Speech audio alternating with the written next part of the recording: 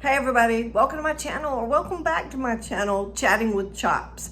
Today we're going to try and see if we can make some homemade granola. I know you see 50 million bags at the grocery store, but sometimes they don't have the ingredients you're looking for, or if you're like me, sometimes you want to make something special for your little vegan. So we're going to make two different kinds of homemade granola today. So let's get started.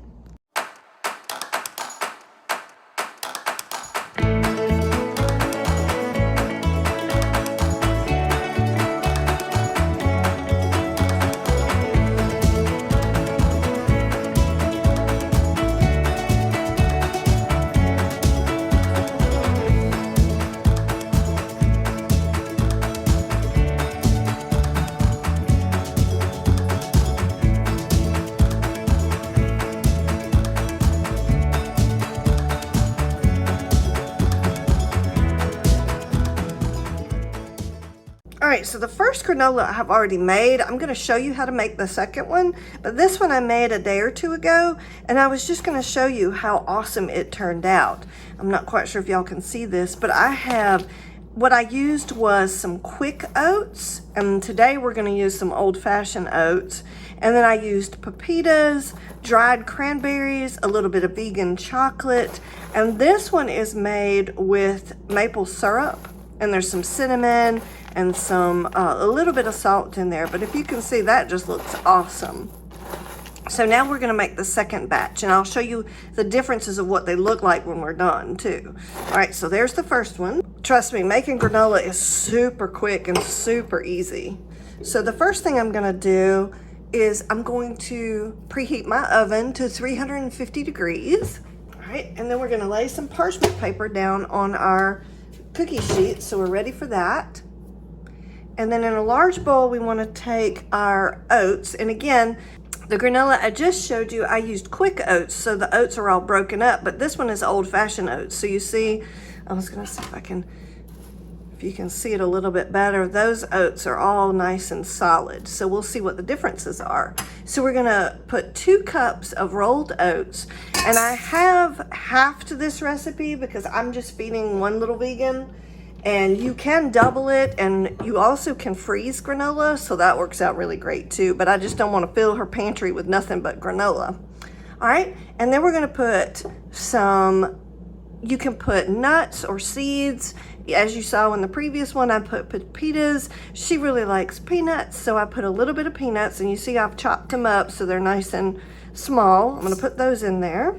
And then the next thing I'm gonna do is I'm gonna put a little bit of salt. She's not a huge person for salt, so I'm just gonna put just a little sprinkling in there.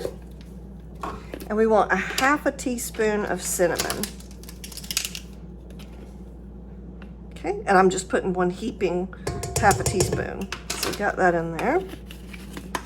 All right, and then we're gonna stir that up a little bit.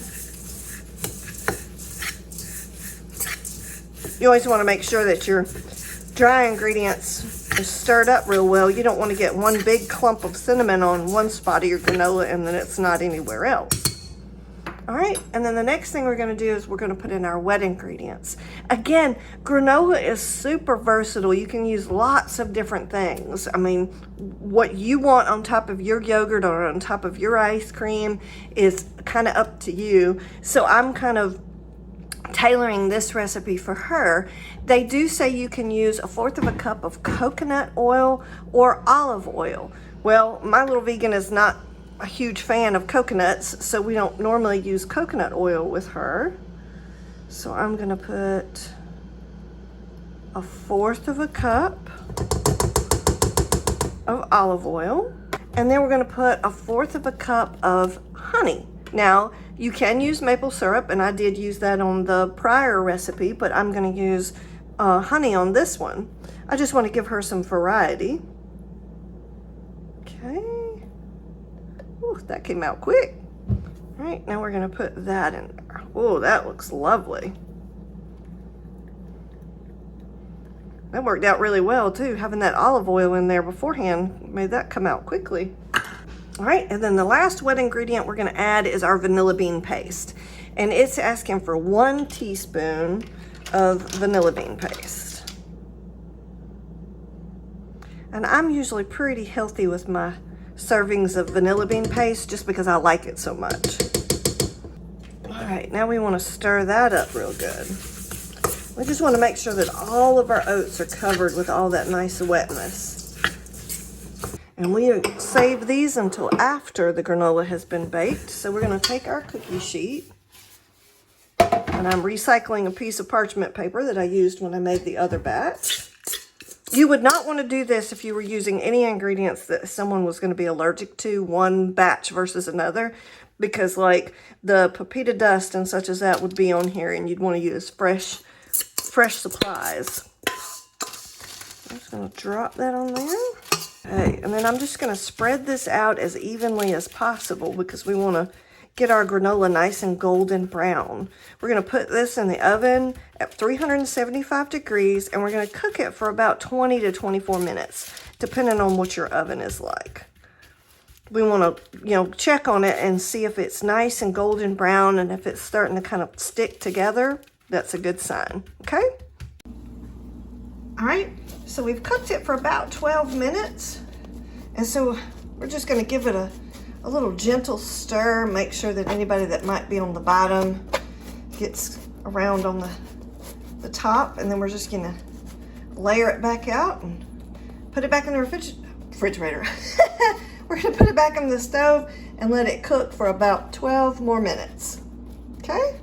So we've taken it out of the oven, and you see how we've gotten a nice, pretty golden, let's see if I can bring it closer. See how we've got a nice, pretty golden brown on it? So what we're going to do is just leave this alone for 45 minutes. We're just going to let it sit here and continue kind of cooking as it's cooling down. And then in about 45 minutes, we're going to add our dried blueberries and our chocolate. And the reason why we're waiting is we don't want to cook either one of these. And this is all hot and is going to cook, which could cause our blueberries to kind of bleed out and not be very pretty. And same with the chocolate. We don't want the chocolate melted into the granola. We want it to be nice and solid, but be part of the granola. So again, we're going to leave this for about 45 minutes and just let it cool off. And then we'll add our additional dried fruit and chocolate. All right, so the next step we want to do, we've let it cool for the 45 minutes, and now we're going to scoop it into our bowl. Ooh, we got some nice hard granola. That's lovely.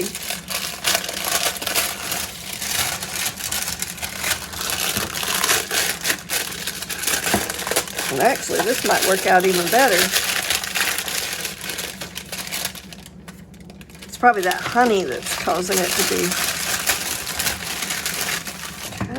I'm going to just try and see if I can just pour it in the bowl. Wonderful. All right, so now what I want to do is I'm just going to kind of break it up a little bit because I've got some big chunks here. So what we want to do is now we're going to add in our dried fruit. And again, like I was telling you, granola is almost like a casserole. You can just kind of add whatever, makes you happy.